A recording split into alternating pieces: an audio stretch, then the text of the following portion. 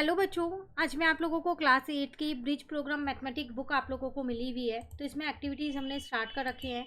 आज मैं आपको वीक 5 की एक्टिविटी 1 यहाँ पर कराने वाली हूँ। मैं आपसे फ्रैक्टल्स के बारे में बात कर रहे हैं। देखो ये क्या होता है। ये ना एक पैटर्न होता है या फिर शेप होती है जो अपने आप में बार बार रिपीट होती रहती है, इसे बोलते हैं। यहाँ लिखा है fractals are all around us in nature. आपको ये हर जगह नेचर पाया जाएगा।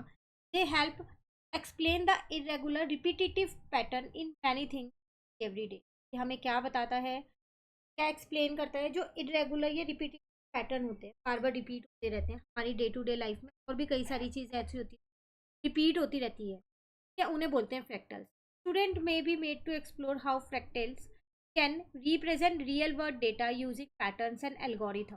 तो अब आज हम यही जानेंगे कि रियल लाइफ में हम इसे कैसे यूज, क्या क्या मटेरियल चाहिए आपको। ग्राफ पेपर चाहिए, प्रिंट आउट चाहिए अलग अलग फ्रैक्टल्स का, ये कॉरस्पॉन्डिंग डेटा का चाहिए।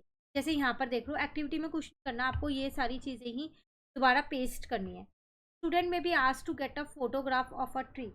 ये आपको क्या चाहिए, फोटोग्राफ इसकी चाहिएगी इस ट्री की। दे में एब्जॉर्व द ब्रांचिंग, अगर आप यहाँ देखो इनकी branching, they may use this data to create a branching fractal pattern. जब आप इसकी फोटो निकाल लोगे ना, तो आप देखोगे यहाँ पर इन ब्रांचेज में फ्रैक्टल पैटर्न बनना होगा। जैसे एक उसमें कितनी निकल रही हैं, 3 ब्रांचेज हैं, 4 है, 5 है, ऐसे। Small branches at constant angle, हर जगह एंगल भी बनना है, ये भी आप देख रहे हो मेरा। ठीक है। They may use a repetitive method to create fractals. अब आपको फ्रैक्टल्स बनाने हैं और आपको क्या करना है, वो देखना है कि उसमें क्या पैटर्न फॉलो हो रहा है। तो ये फोटो को ही आपको निकाल के पेस्ट करना है और उसमें बताना है।